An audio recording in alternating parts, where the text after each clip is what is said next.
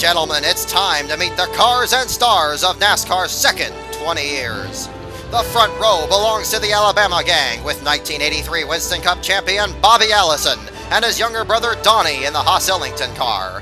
Row 2 from Kannapolis, North Carolina is tenacious three-time champion Dale Earnhardt and the Folgers coffee machine of the Wild Man, Ashland, Ohio's Tim Richmond.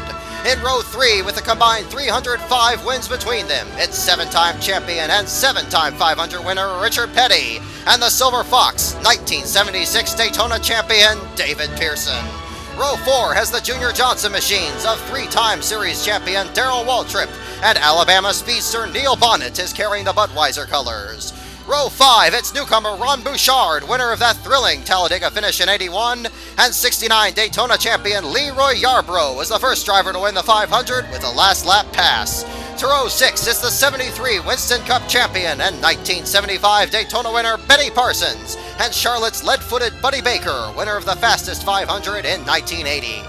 Row 7 belongs to a pair of Darlington Dominators with the fastest man in NASCAR, 1985's $1 Million Bill Elliott, and 1984 Series champion Texas Terry Labonte. Back to row 8, it's the original Road Ringer, '73 Riverside champion Mark Donohue in the Penske-owned Matador, and A.J. Foyt is one of only two drivers with wins in both Indianapolis and Daytona's 500-mile races. Row 9, 1970 Daytona 500 champion Pete Hamilton is there, alongside Bobby Isaac, winner of the season's championship. The 10th row has four-time Daytona champion Cale Yarborough, the only man to win 3 series titles in a row, and Chemung, New York's Jeff Bodine was the 500 winner in 1986.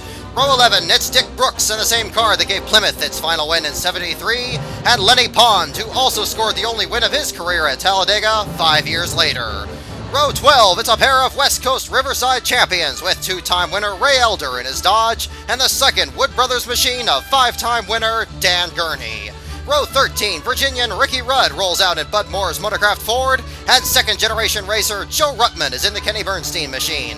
Row 14, both of them first-time winners in 1986. It's Texan Bobby Hillin Jr., the Talladega winner, and Missouri's Rusty Wallace took the checkers at Bristol.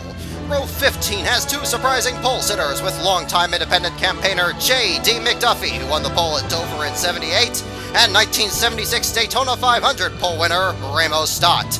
Row 16, it's Greg Sachs, the man behind perhaps the most incredible upset in NASCAR when he won at Daytona in '85, and the Pop Cola Mercury of '72 Talladega winner James Harvey Hilton. Row 17, it's another pair of beautiful Dodge Daytonas with the 06 of Neil's Soapy Castles and the 99 of Chargent Charlie Glotzback.